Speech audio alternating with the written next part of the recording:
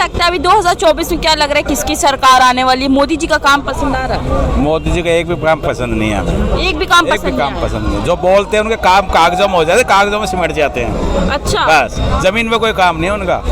बस घूमना, सुबह उठते तकिए के नीचे पासपोर्ट रखते, आज कहाँ जाना कल कहाँ जाना, बस मोदी जी का यही काम है। बस यही काम है उनका, और कुछ नहीं। पब्लिक को गुमराह करना, भाइयों बहनों, झूठा, एकदम झूठा। सर्च कर लो गूगल पे, सबसे झूठा फ्रॉड प्रधानमंत्री यही पाएगा आप। अच्छा, मोदी जी कहते हैं विदेश में डंका बज रहा है भारत। डंका नहीं, लंका लग रही है विदेश में इनकी। अच्छा, लंका लग रही है। डंका किस चीज का डंका बज रहा है? इनसे पूछिए भाई, आप कहाँ से आते हो, कौन से स्टेट से हो? आप? मैं राजस्थान से हूँ। अगर राजस्थान में मतलब रोजगार होता, आप कहाँ से हो?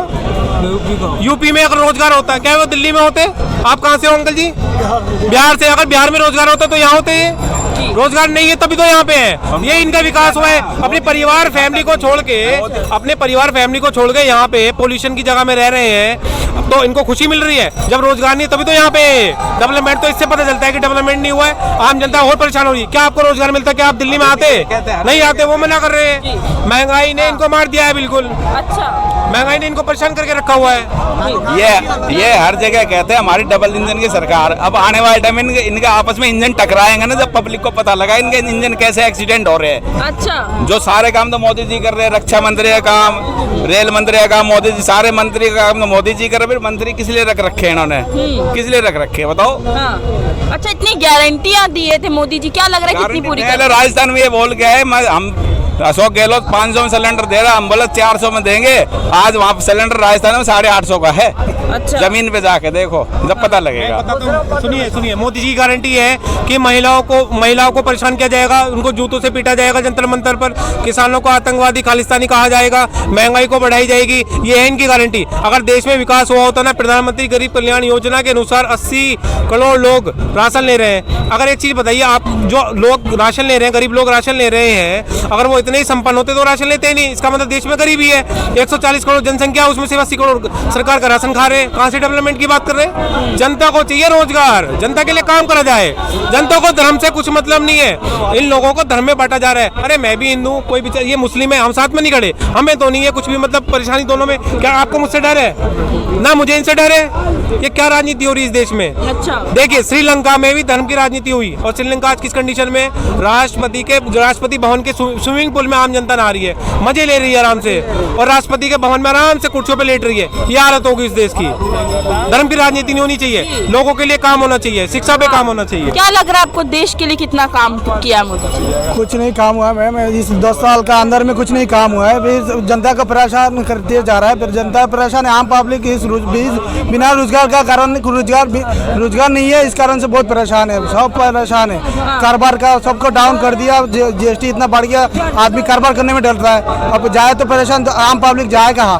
तो इस कारण से इस देश में जो चल रहा है अभी का डेट में, ये आगे और 5 साल चला तो देश एकदम रास्ता पर आ जाएगा, पूरा रास्ता पर आ जाएगा। ऐसा हालत है। और इस हिसाब से अगर देश चलते रहा तो देश आगे नहीं जा पाएगा। अभी ऐसा हम लोग को कोई बीजेपी और कांग्रेस इस सब से कोई मतलब नहीं है। कोई अच्छा पार्टी आए, देश में रोजगार हो जाए, देश आम पब्लिक मतलब टाइम पर 2 टाइम का 3 टाइम का खाना हो जाए। और बाकी सब तो मतलब देखो खा के जो सब जा रहा है, लेकिन अभी का टाइम में आम पब्लिक बहुत परेशान है। यही चीज़ कहना है हमको। और गैस का तो और बढ़ रहा है, हर चीज़ का, पेट्रोल का बढ़ रहा है। आदमी ये सबसे चढ़ता है, गैस पेट्रोल ये सबसे चलता है। अगर गैस का इतना दाम बढ़ा, कहा था 300 रुपया गैस कमाने का बात था कांग्रेस का टाइम में, 400 रुपया था उस टाइम। बोला था कि 200 रुपया में 250 रुपये मिलेगा। अभी कहाँ से कहाँ चढ़ गया।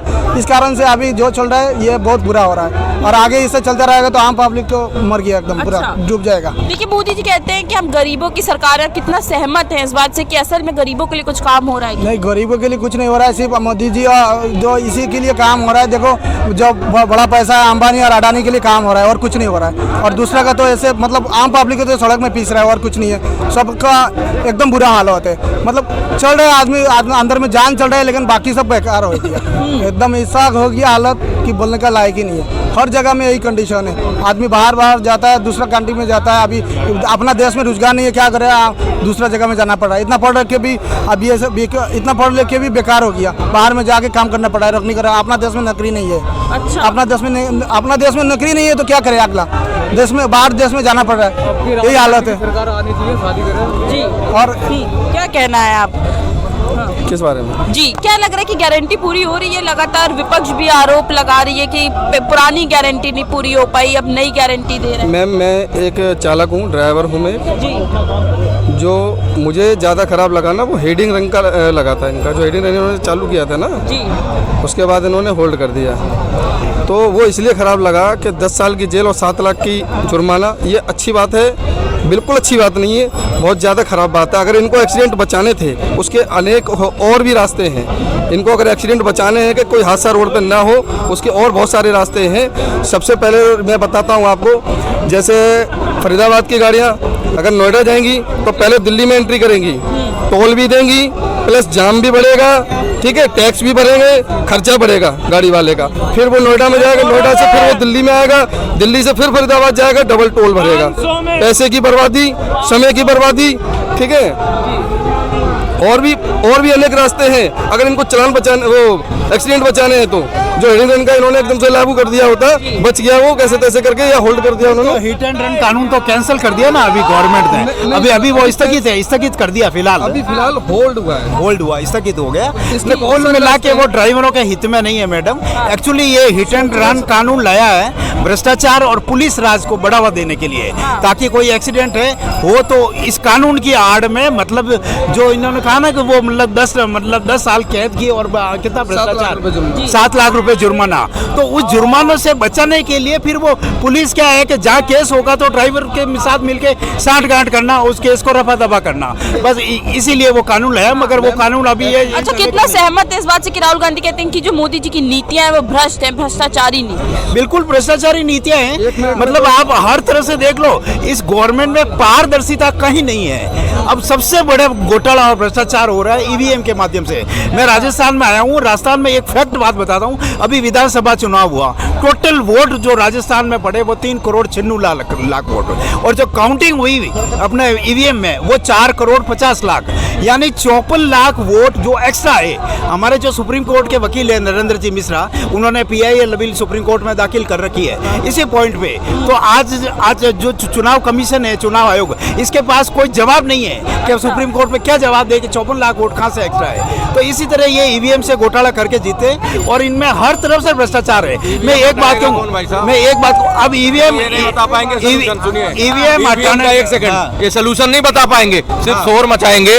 ईवीएम जो हटाएगी संसद हटाएगी। जब वहाँ के सांसद बैठे हुए हैं, वो अगर वो कानून पास करके अगर वो वहाँ भेजते हैं सुप्रीम कोर्ट में, सुप्रीम कोर्ट चुनाव आयोग को बुलाएगा, ठीक है। तो आपके बघेला चंद मुट्ठी भर लोग, 4000 लोग शोर मचा दे ईवीएम। जब यहाँ 5 दिन ईवीएम पटल पे रखा था संसद के, तो हैक करके दिखा देते। अगर मान लो चुनाव केजरीवाल जीत जाते हैं, 67 सीटें लाते हैं, तो नहीं सुन लो नहीं, अगर ये जीत गए केजरीवाल 67 सीटें, ममता दीदी जीत गई, तो क्या कह रहे हैं? तेलंगाना में जीते कांग्रेस तो ईवी में कोई घोटाला नहीं है, और केजरीवाल जीता तब कोई घोटाला नहीं है। अच्छा, नहीं, एक फैक्ट बात है कि तेलंगाना में भी चुनाव हुआ, मगर बिल्कुल मैं इनकी बात का जवाब देता हूँ। देखो मैडम, डाटाबेस पे फैक्ट बात करो।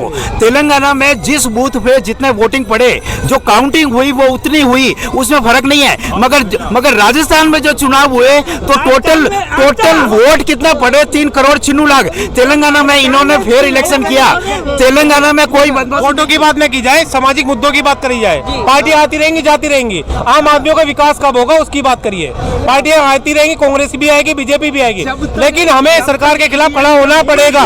लोकतंत्र का मतलब ये है, लोकतंत्र में कहा गया है, संविधान में भी कहा गया है कि विपक्ष अगर खिलाफ नहीं बोलेगा तो उसका कोई मतलब ही नहीं है। तो हमें भी सरकार के खिलाफ बोलना पड़ेगा। जो चीजें अच्छी है वो उसका सपोर्ट करना चाहिए। देखिए, मैं ये मानता हूँ 370 है, 370 हटाई। देखिए, सुनिए, चुप रहिए। देखिए 370 है। बीजेपी के अलावा कोई नहीं हटा सकता था। कुछ काम अच्छे भी हुए हैं, लेकिन जो आम नागरिकों के लिए देखा जाए तो वो आम नागरिकों के खिलाफ सरकार ने काम करा है। किसानों पे अत्याचार किया है, महिलाओं पे अत्याचार किया है, ये बात सच है। अब एक चीज बताइए, अगर महिलाओं के साथ अत्याचार ही नहीं होता, वहाँ पे जंतर मंतर पे महिला आके क्यों मतलब बैठती है, वहाँ पे जूतों से उनको कुचला जा रहा है। और इसका बीजेपी बीजेपी का एमपी कह रहा है कि 50-50 रुपए में। ये बताइए, सुप्रीम कोर्ट ने भी कह दिया कि लोकतंत्र की हत्या हो रही है। सुप्रीम कोर्ट जो है वहाँ भी हस्तक्षेप करना चाहिए बंगाल में। दूसरी चीज, सुप्रीम कोर्ट ताबड़तोड़ 3 फैसले जो कि बीजेपी के अगेंस्ट आए हैं, तब सुप्रीम कोर्ट एकदम सही हो गया। अभी थोड़ा सा अगर तुम्हारे फेवर में ना आए तो संविधान खतरे में आ जाता है। जब तुम परेशान हो तब तुम बघेला मचा देते हो कि संविधान खतरे में। दूसरी चीज, एक बात हुई है, दूसरी नहीं बताना। देखिए, एक पार्टी के पक्ष में बोलना और दूसरों को क्रिटिसाइज करना वो भी चीज गलत है। ये चीज सही नहीं है। जिसके काम सही है उसको सही बोलो। जो समाज में परेशानियां आ रही हैं, जो सामाजिक मुद्दे उनको उठाना चाहिए। पार्टी क्या देगी आपको? आप मोदी जी से मिल लोगे? आपको मिल लोगे मोदी से? आपको पूछेगा मिली कौन हो आप? वहाँ पे क्या बात कर रहे हो? ये देखो, बेकार के बेतत्व की बातें। या तो लॉजिकल कर रहे हो तो एक साइड पे रहो। ये दोनों तरफ गेम खेलने का कोई फायदा नहीं है। आप सोचो कि मैं एक पढ़ा लिखा इंसान हूँ, दोनों तरफ की बात करूँगा। जो सही है सही है, जो गलत है गलत है।